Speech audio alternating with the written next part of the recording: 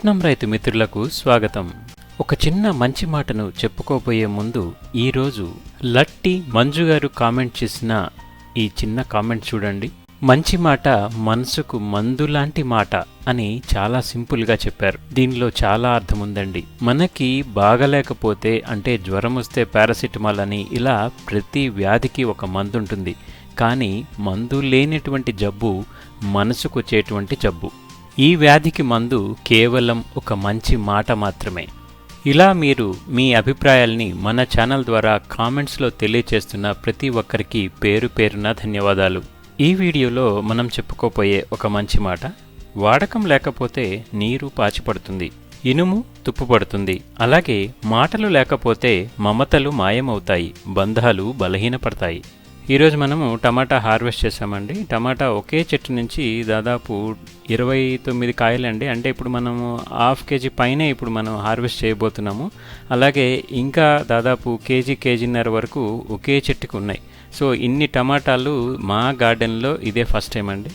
ఈ టమాటా చెట్టు గురించి కంప్లీట్ కేరింగ్ మనం ఆల్రెడీ వీడియోస్ చేసామండి. ప్రీవియస్ వీడియోస్లో టమాటా చెట్టుకి ఎలాగా మనం పెస్ట్ కంట్రోల్ చేయాలి, ప్రూనింగ్ ఎలా చేయాలి, ప్రూనింగ్ ఎలా చేస్తే మనకు ఎక్కువ దిగుబడి వస్తుంది, మనం ఇవ్వాల్సినటువంటి ఫర్టిలైజర్ ఏంటి, ఇంకా లిక్విడ్ న్యూట్రియంట్స్ని ఎప్పుడెప్పుడు మనం స్ప్రే చేయాలి, వాటరింగ్ ఎలా ఇవ్వాలి, ఇలా అనేక విషయాలని చెప్పడం జరిగిందండి. ఎవరైనా ఆ వీడియోలు కనుక మిస్ అయి ఉంటే పైన కనిపిస్తున్న ఐకార్డ్ లింక్ మీద క్లిక్ చేసి మీరు తెలుసుకోగలరు.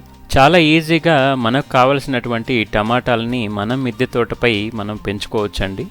ఇక ఈ వీడియోలో మనం చెప్పుకోబోయేటువంటి స్ట్రాబెర్రీ గురించి చెప్పుకోవడానికి ముందుగా మనము ప్రీవియస్ వీడియోలో ఒక ప్రశ్న అడిగాము. దానికి సంబంధించి బాదం చెట్టు, ఆల్మండ్ ట్రీ అంటూ కామెంట్స్లో తెలియజేసిన ప్రతి ఒక్కరికి పేరు పేరున ధన్యవాదాలు. అందులో మనం కొందరిని ఇప్పుడు పరిచయం చేసుకుందాం. కామిశెట్టి పద్మాంజలి గారు, కె హారిక, మద్దూరి ఉష, కలిశెట్టి లక్ష్మి, లంకా ఉష, అబ్బరాజు అన్నపూర్ణ, గ్రీన్ గ్రోయింగ్స్, వెలుగుల వందన. ప్రతి వీడియోలో కామెంట్ చేస్తున్న అబ్దుల్ రఫీ, జనగాం కవిత, ఘంటసాల మల్లేశ్వర్ గారికి ధన్యవాదాలు.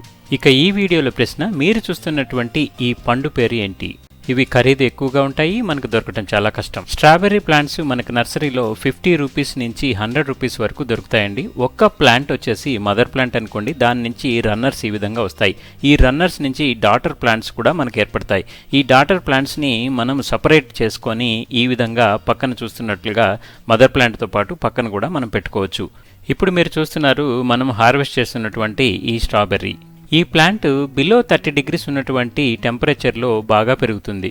మనకు సాధారణంగా జూన్ నుంచి ఫిబ్రవరి వరకు కూడా టెంపరేచర్ చాలా తక్కువగా ఉంటుంది. కాబట్టి ఈ టైం అనేది చాలా అనుకూలమని చెప్పవచ్చు. మనం ప్లాంట్ చేసిన తర్వాత మొట్టమొదటిసారి వచ్చేటువంటి పూలని మనం అన్నిటినీ కూడా తుంచివేయాలి. ఎందుకు అంటే మొక్క బాగా పెరిగి మంచి కాపు రావాలి అంటే మొట్టమొదటిసారి వచ్చేటువంటి పూలన్నింటినీ కూడా మనం తుంచివేయాల్సి ఉంటుంది. ఈ ప్లాంట్ లైఫ్ వచ్చేసి 3 years వరకు ఉంటుంది. ప్రతి సంవత్సరం మనము 2 నుంచి 3 కాపులు కూడా తీసుకునేటువంటి అవకాశం ఉంటుంది. ఒకవేళ మనం ఎక్కువ మొక్కల్ని బెడ్ పై పెట్టుకోవాలి అనుకున్నప్పుడు ఒక మొక్కకి ఇంకో మొక్కకి కనీసం 1 feet డిస్టెన్స్ ఉంచుకోవాలి.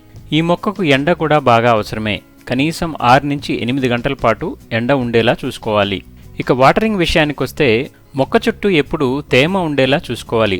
అలా తేమ లేకుండా డ్రై అయిపోతుంది అని అనుకున్నప్పుడు దాని చుట్టూ మల్చింగ్ కూడా చేసుకోవచ్చు. ఎండిన ఆకుల్ని ఆ చెట్టు చుట్టూ గనక వేస్తే తేమ ఎండిపోకుండా ఉంటుంది. మరీ ముఖ్యంగా మనం ఈ ప్లాంట్స్ని గనక వేరే మొక్కలతో కలిపి పెట్టాలి అనుకున్నప్పుడు టమాటాస్ కానీ, ఎగ్ ప్లాంట్ కానీ, పొటాటోస్ కానీ, మిలన్స్ కానీ, పెప్పర్స్ కానీ, రోజెస్ కానీ, ఇంకా మింట్ లీవ్స్ కానీ, ఇంకా బెండకాయ కానీ, ఇవేవి కూడా స్ట్రాబెర్రీకి కంపానియన్ కాదు. వాటి వల్ల స్ట్రాబెర్రీ ప్లాంట్కి ఎక్కువ డిసీజెస్ స్ప్రెడ్ అయ్యే అవకాశం ఉంది. కాబట్టి పాలకూర కానీ లేదా ఆనియన్ ప్లాంట్ కానీ ఇలాంటివి మనం కంపానియన్గా యూజ్ చేయొచ్చు. ఇక పెస్ట్ కంట్రోల్ విషయానికి వస్తే మామూలుగా మనం గార్డెన్లో ఉపయోగించేటువంటి నీమ్ ఆయిల్, కౌ యూరిన్, జీవామృతం ఇవి ప్రతి 15 రోజులకు ఒకసారి అప్లై చేస్తూ ఉంటాం. అయినప్పటికీ మనము కాయకుళ్ళు లేదా కొమ్మకుళ్ళు తెగులు లాంటివి మనం గమనిస్తే బవేరియా బసియానాని మనం అప్లై చేయాల్సి ఉంటుంది. దాని లింక్ ని మీకు డిస్క్రిప్షన్ బాక్స్ లో ఇస్తాను. ఇక పాటింగ్ మిక్స్ విషయానికి వస్తే గార్డెన్ సాయిల్ 30% తీసుకున్నాము, cocopeat 30%, compost 30%, neem cake powder 10% మరియు శాండ్. ఇక మనం ఇందులో ఫస్ట్ లేయర్గా మనం తయారు చేసుకున్నటువంటి మిశ్రమాన్ని వేసిన తర్వాత కిచెన్ కంపోస్ట్ మరియు లీఫ్ కంపోస్ట్ బాగా ఆరినటువంటి దాన్ని ఒక లేయర్ వేశాము. తరువాత కొంచెం మట్టి అలాగే వెర్మీ కంపోస్ట్ని కూడా వేశాము. ఇలా లేయర్స్గా వేయడం వల్ల మొక్కకు మంచి బలం ఉంటుంది. ఈ విధంగా తయారు చేసుకున్నటువంటి పాట్లో మనం స్ట్రాబెర్రీని ప్లాంట్ చేశాము. ఇదండి ఈరోజు వీడియో.